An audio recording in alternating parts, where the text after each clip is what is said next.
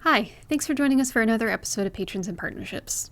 Today we spoke with Meg Thelosen, one of the co-founders of First Magnitude Brewing Company and Working Food, a local nonprofit that works to cultivate and sustain a resilient local food community in North Central Florida. This episode has been edited for length and clarity and has been split into two parts. The first half of this episode was posted on March 24th and can be found anywhere you listen to podcasts.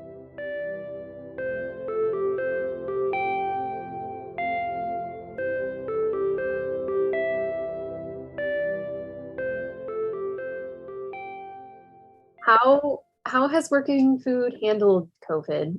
So the one area that was actually able to keep going and actually experience kind of an increase in activity was the seeds. In her area, sales of seeds, she was kind of inundated with requests for purchasing seeds. And then youth gardens, the team pivoted to a kit-based approach. The other neat thing during COVID related to youth programs is Alachua County worked with us on a grant that ended up being a major funder for a pilot youth culinary program. And that was wonderful because this focuses on older students, so middle and high school age students. We developed through that funding a pilot program with some amazing partners again, still Greater Duval Neighborhood Association, but also Chef Carl, who runs Chef Empowerment Program and Underground Kitchen, and is an amazingly talented chef who worked with us to develop the curriculum. And then it had to go to Zoom, which was not how that was originally planned. But it actually ended up being amazing because, number one, Chef Carl and Andrew Miles at Greater Duval are amazing facilitators.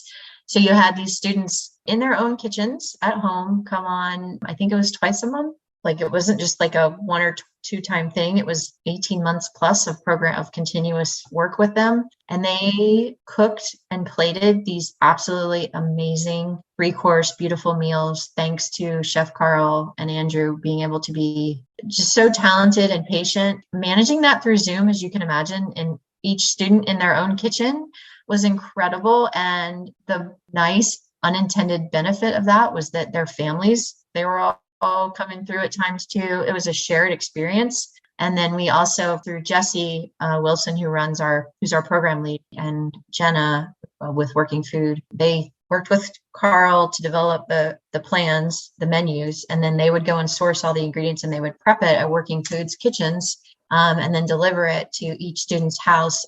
Almost all of the food was locally sourced. So she worked with farmers and local providers, and it was just beautiful food. And it was just amazing programming, a pilot. We learned a lot, and we're still working with the county to figure out what's next. The kitchen, though, did slow down. We pretty much had to pause our kitchen culinary for entrepreneur program because, first of all, we didn't even know it was safe at first to have a shared environment. The only other thing I wanted to mention during COVID, which was very innovative, I had nothing to do with it, but I'm just in awe of the folks at Working Food that pulled it off, was they spun up first a drive-through farmers market that came through the plaza where we're located on 10th Avenue. During that time when farmers markets were shut down, everything else, it was amazing. I don't remember the statistics on how many people took advantage of that, but farmers were able to still sell through, at least in that environment. Folks for many, many months were able to come through and get their local food. We also did a meal relief program. We worked with Community Foundation of North Central Florida, again, with partners, including Family Promise and others in the community who were struggling to meet the needs. And actually, Bert Gill of Mildred's and Bluegill, he worked with us, and his team actually prepared the meals. It was family meals, and we delivered. It was like 25,000 meals or something that we were able to prepare and deliver through partners like Family Promise and others in the communities. Back to the kitchen, I'm really excited again to report that we're back online and we're bringing in new clients as we're able. Staffing for us is a challenge because it does take a lot, and we are a small nonprofit with limited funds. So staffing and doing right by the entrepreneurs by not just providing the facilities, but managing the ins and outs and answering their questions and needs is a challenge. So we have slowly been opening back up and bringing on new clients, and it's been really exhilarating to see and help where we can. So again, we're up to about 17 clients right now, I think. That's a huge improvement from the kitchens being shut down completely. So yeah. Here's hoping that can go forward in 2022. What else was Working Food planning for 2022? So we just had and I'll touch on events because I appreciate you asking specifically about that. We had our first event last November, early December, called the Pumpkin Pop-Up. And so it was the first time we felt comfortable. We have an open outdoor courtyard at our location that's quite large. And so we had an amazing event. The theme was pumpkins, and we had pumpkin tasting, and then we had, I can't remember how many local food entrepreneurs and aficionados that they cooked with pumpkin, and they provided samples, and then there was a competition. It was amazing. It was a beautiful day in the courtyard. People were able to come out and socialize safely. So that was kind of our test. We're hoping, depending on how things go next, as hopefully Omicron fades, we're hoping and working on what are going to be the next events. So we anticipate, hopefully folks will stay tuned.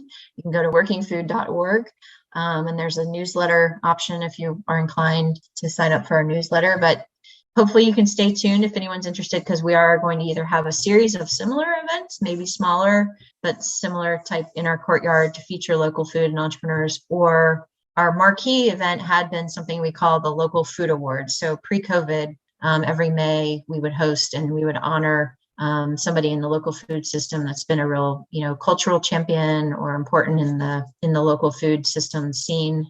So we may or may not also revisit that and see if it's possible to bring the Local Food Awards back in some form or fashion. So we anticipate planning and announcing either a series of smaller or a big event starting. The earliest would probably be, late March at this point, all the way through late May, early June, when things get too warm to comfortably do it out in our courtyards. What were you most looking forward to for 2022? So because I've always been closest to it, my biggest area of excitement is the kitchen. It's a lot of moving parts. Number one for me is to keep fundraising around that kitchen. I call it a restabilization. We're not quite there yet, but we're pretty close to being sort of restabilized and getting that operation up and running again. We have an amazing part-time community kitchen coordinator that started with us in September. His name's Robert.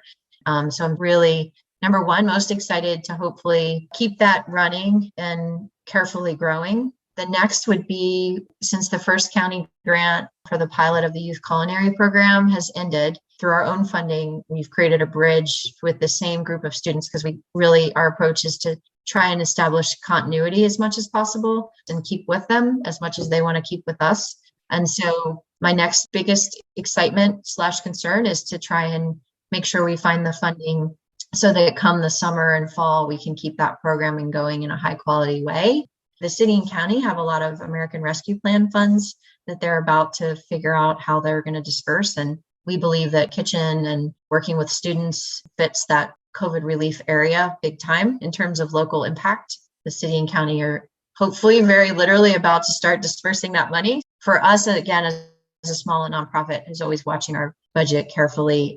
Depending on how that plays out, that will give us the ability to do a little bit more forward planning with higher confidence. And then lastly, the other event I just want to mention, because it supports all local nonprofits and it's amazing, is the Amazing Give, which is late April. I don't know the exact date, but it's a huge local fundraising event in the community, run by the Community Foundation in North Central Florida, that is just, I can't speak highly enough of it. It's an amazing way to engage our local citizens and learn about all the amazing nonprofit work going on. In years past, it was a combination of hosting like in-person things as part of that Amazing Give. Obviously, that hasn't happened the last couple of years, but there's a good chance, hopefully, like by late April, that if things are still looking better, that it'll be back to that format. So we will be hosting events associated with Amazing Give, and lots of other great organizations will. So hopefully 22 will be a really exciting, busy year for you guys that won't be as stressful, or if it is stressful, it's stressful in a good way. Yeah, exactly. And other than the website, how can the community get involved with Working Food? I know you have the seed store. What else can people do to help out? So yeah, thank you very much for asking. So we volunteering, definitely. So same thing on our website, or just by emailing us directly at info@workingfood.org. We do keep a running list of volunteers, and I think that our volunteer events, they're fun. We have a great team that preps really well, so we don't throw volunteers sort of like into it, and they just end up being really fun events. So volunteering for sure. And then really just, I think spreading the word is huge, like anything. Working food, because it's a little bit complex and multifaceted, sharing our story can be a little challenging. But if there's a particular area, whether it's seeds or youth culinary or youth gardens programs or kitchen and entrepreneurs, if there's a particular area that appeals to someone, please just reach out directly to us and ask questions, because we love to share more information about what it's really all about. And then that can definitely open up more opportunities to be involved. Was there anything else you wanted to talk about today? Anything we missed? No, I don't think so. I really appreciate you guys reaching out and doing this programming. It's all important to let folks that tune in various places in various ways, not always on Instagram and Facebook, right? That nothing against that, but for sure, we're grateful for the opportunity, and hopefully I didn't ramble too much. No, that's all sounded great. Any way we can reach people is great. Meg, thank you so much for making time for this today. We really appreciate the ability to interview you. Thank you very much. My pleasure. And nice to meet you, Eleanor. Have a great rest of your weekend. Nice to meet you too, Meg. Have a good day. Thanks. Bye. Thank you.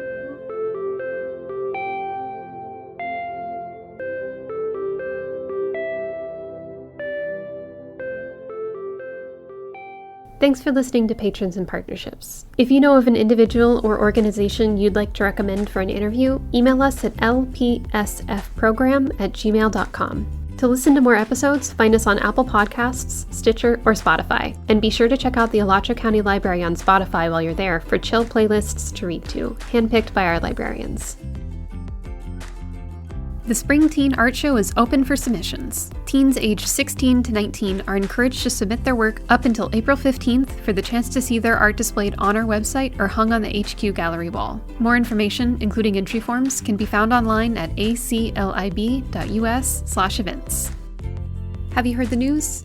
Your library card now grants you access to Hoopla, a music and video streaming service with thousands of albums, comics, and movies you can enjoy on any device with the Hoopla app. There's no need to place a hold. All of the content is available on demand at any time. To check it out, go to aclib.us/hoopla. Storytime on the Green is back for the new year starting January 11th. Visit our site at aclib.us/storytimeonthegreen for a list of times and locations for all branches. Partnership staff hold story times at Smoky Bear Park off of 15th every Thursday at 10:30 a.m., weather permitting, and we have a representative from the Dolly Parton Imagination Library to help you sign up. The Dolly Parton Imagination Library provides preschool children with a free book every month until age 5. If you have a child under age 5 in your household, it's a great opportunity to encourage their love of reading. Looking for a way to encourage your child's love of science and technology? Then place a hold on one of ACLD's STEM kits, courtesy of the Rotary Club of Gainesville. Each kit includes hands-on educational exploration of a STEM topic, with an interactive toy, book, and DVD on topics ranging from electricity to physics. Check out the full listing of kits at aclib.us/STEMkits.